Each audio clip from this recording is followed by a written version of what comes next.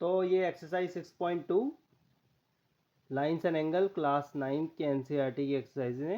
इसका question number 1 क्या बोल रहा है, ये दो लाइनें ए बी और सी डी आपस में पैरेलल हैं और सी डी और ई एफ पैरेलल है। y/z एंगल y और z का रेशो दिया है 3:7, बोला है x की वैल्यू निकालो। तो देखो इसमें दो थ्योरम लगेंगी, एक line parallel to each other, line parallel to a common line are parallel to each other. इसका मतलब अगर ए बी सी डी के पैरेलल है और सी डी ई एफ के पैरेलल है तो ए बी ई एफ के पैरेलल होगी। ठीक है, एक तो ये लगा इसमें कि A B is parallel to C D and C D is parallel to E F, therefore A B is parallel to E F. दूसरा बोल रहा है कि ये y है। अब देखो ये y है तो ये वर्टिकली ऑपोजिट एंगल भी y होगा, है ना। क्यों, वर्टिकली ऑपोजिट एंगल इक्वल होते हैं और यहाँ से पता चल रहा है कि y प्लस z जो होगा उनके एंगल का सम 180 डिग्री होगा। क्यों, corresponding interior angles, corresponding interior angles का सम 180 होता है। अब यहाँ पर हमें दिया है रेशो 3:7, तो हम y को 3a मान लेते हैं और z को 7a मान लेते हैं। तो यहाँ से मुझे क्या मिला, 3a plus 7a equal to 180, और we can say 3a plus 7a क्या हो जाएगा, 10a। 10a इक्वल टू 180 हो गया और a की वैल्यू आ गई 180 divided by 10, that is 18 degree. अब a की वैल्यू 18 आ गई तो मेरे पास, अब देखो दूसरा क्या है कि y और x प्लस y को अगर हम करें तो उनका सम भी हमेशा 180 डिग्री ही आएगा, है ना। अभी पहले हम यहाँ से a की वैल्यू में 18 मिली तो मुझे y एंगल क्या हो जाएगी 3 × 18 डिग्री और z एंगल क्या हो जाएगी 7 × 18 डिग्री। ये कितना आ जाएगा 4 to 54 डिग्री और ये हो जाएगा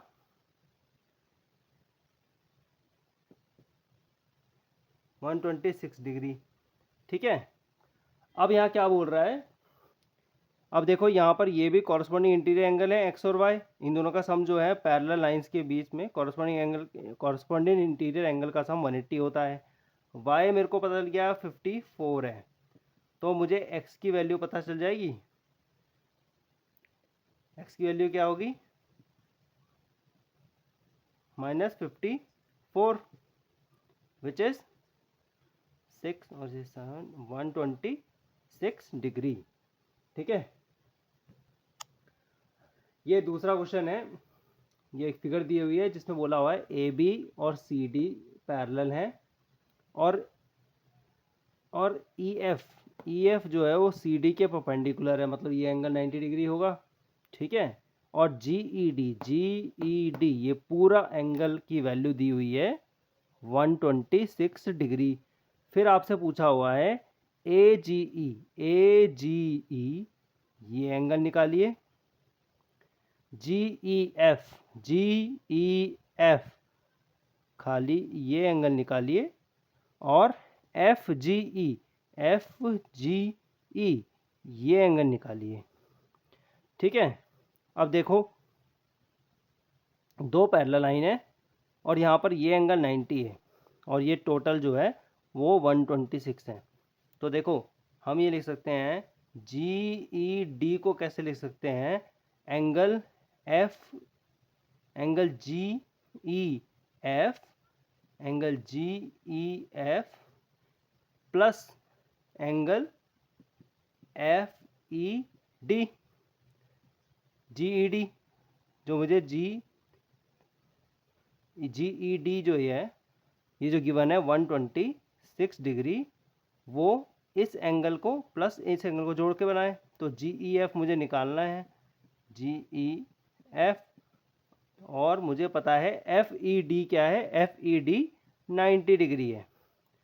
तो एंगल जी ई एफ क्या आ जाएगा, 126 माइनस 90, ठीक है, मतलब 36 डिग्री आ गया, ठीक है ना। अब ये तो हो गया, मेरे को पता लिया ये 36 है, ठीक है। अब देखिए ये 90 है तो ये एंगल भी 90 होगा, है ना। ये 90 है तो ये एंगल भी 90 होगा, अल्टरनेट इंटीरियर एंगल, है ना। तो इससे क्या हुआ, angle G F E equal to 90 degree होगा। क्यों, alternate interior angles are equal, है ना।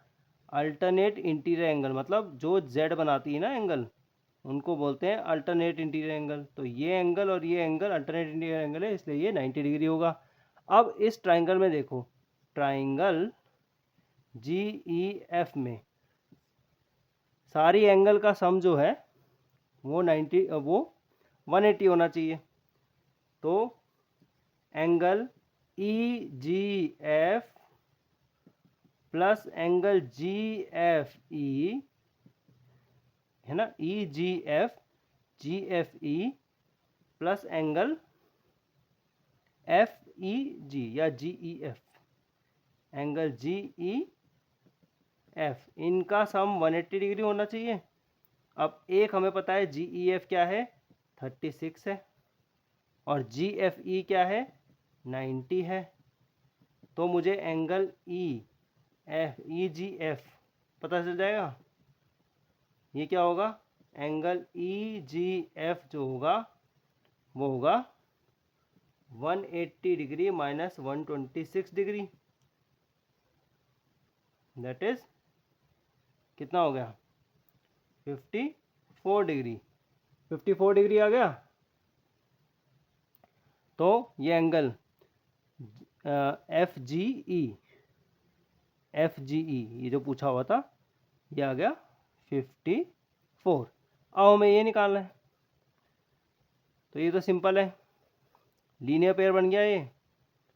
Angle A G E plus angle F G E, इनका सम 180 डिग्री होगा। क्यों, क्योंकि ये लीनियर पेयर बना रहे हैं, है ना, या हम बोले सप्लीमेंट्री एंगल पेयर्स बना रहे हैं, सप्लीमेंट्री एंगल बन रहा है।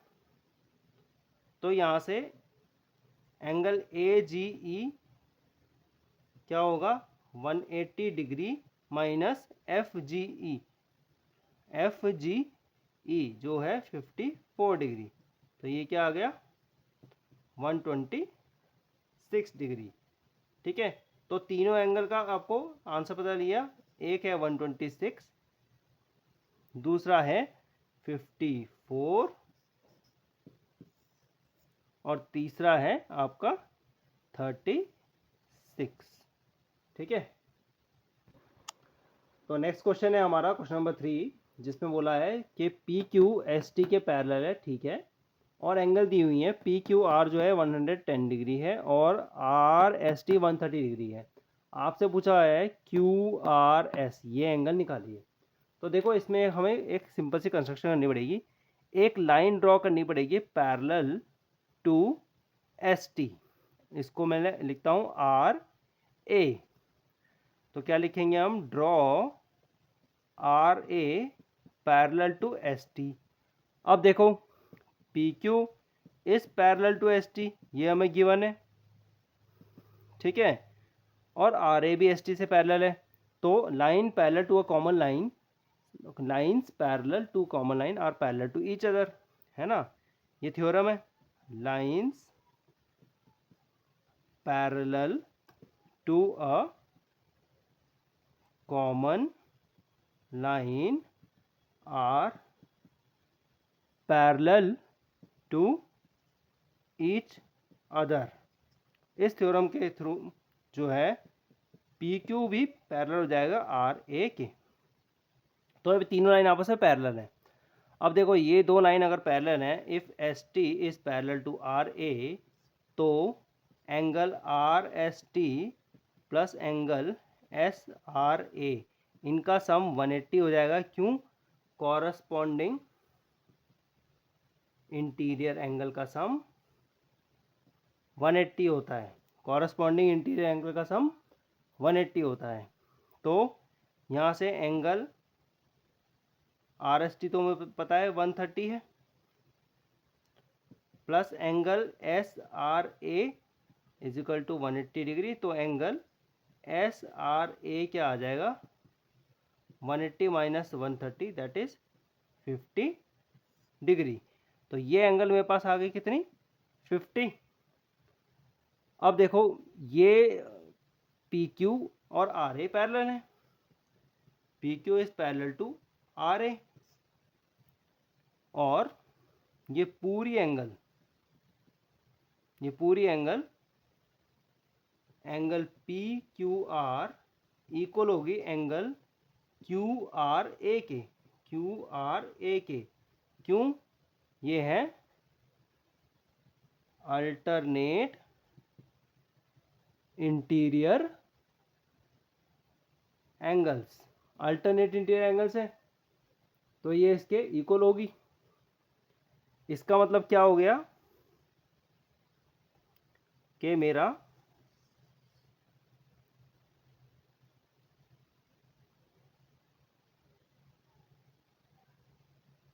एंगल पी क्यू आर जो 110 डिग्री था, तो एंगल क्यू आर ए भी 110 डिग्री हो जाएगा। अब क्यू आर ए किससे बना है? Q R A angle Q R S से प्लस एंगल एस आर ए से। क्यू आर एस और एस आर ए इनसे मिलके बना है। अब एस आर ए तो हमारे पास है 50 डिग्री, तो क्यू आर एस कितना हो जाएगा? इन दोनों का सम 110 डिग्री है। तो एंगल क्यू आर एस क्या हो जाएगा? 110 degree minus 50 degree that is 60 degree. तो ये आपकी 60 डिग्री आ गई। ठीक है। अच्छा, फोर्थ क्वेश्चन क्या है? फोर्थ क्वेश्चन है, ये दो लाइन दी हुई है, ए बी पैरेलल है सी डी के, और बोला हुआ है ए पी क्यू 50 डिग्री एंगल दिया हुआ है, और पी आर डी 127 दिया हुआ है। एक्स और वाई की वैल्यू निकालनी है। ठीक है, तो कैसे निकालेंगे? देखो ये जो है दो पैरेलल लाइन के बीच में z बना रहा है, तो ये अल्टरनेट इंटीरियर एंगल हो गया। मतलब एंगल x जो है वो इक्वल होगा एंगल ए पी क्यू के। ठीक है, क्योंकि ये अल्टरनेट इंटीरियर एंगल्स हैं। ठीक है, तो x की वैल्यू क्या आ गई? 50 डिग्री। ये 50 डिग्री हो गया। अब तुम्हारा देखो ये 127 है। ठीक है, तो ये पूरा भी 127 होगा। देखो ये अल्टरनेट इंटीरियर एंगल्स बना रहा है।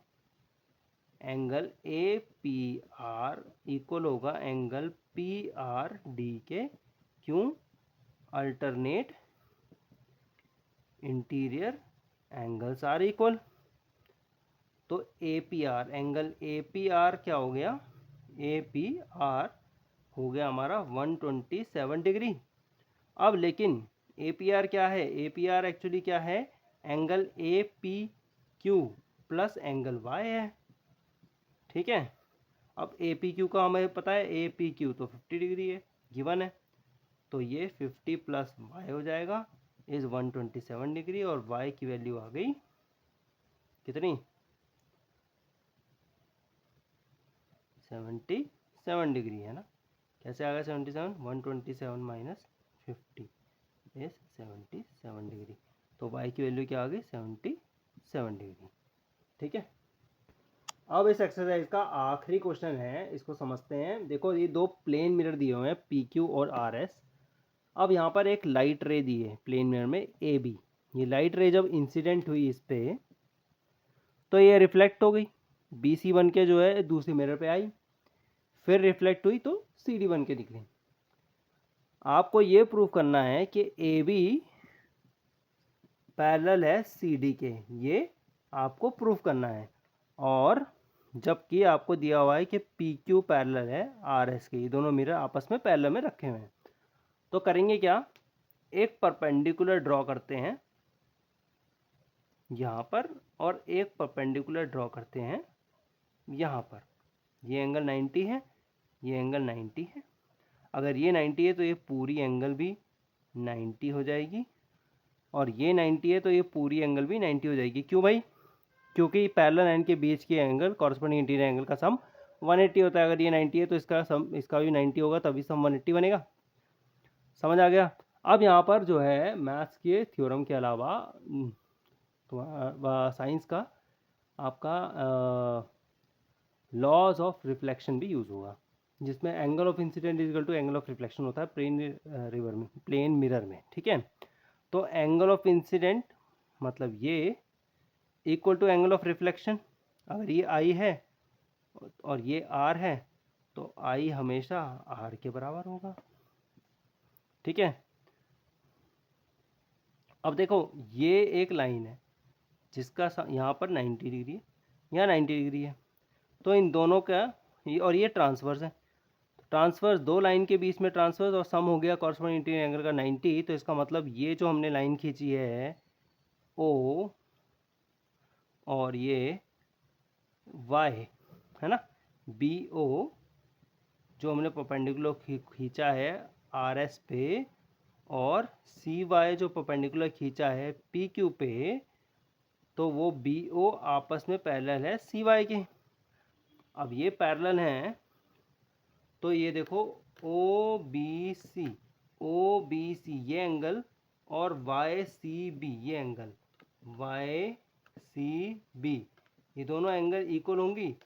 क्यों? ये अल्टरनेट इंटीरियर एंगल्स बन गई हैं। तो अगर ये आर है तो ये भी आर हो जाएगा, आर हो जाएगा, और ये भी फिर इसी एंगल से रिफ्लेक्ट होगा। ठीक है, तो इसका मतलब ये और ये इक्वल है, तो ये पूरी एंगल को मैं लिख सकता हूँ, एंगल ए बी सी को लिख सकता हूँ ट्वाइस ऑफ आई, क्योंकि ये और ये आई और आई है, तो ये ट्वाइस ऑफ 2i बन गए। और ये क्या हो गए, ये 2r बन गए, 2r बन गए। Angle angle D C B, angle D C B क्या बन गया, 2r।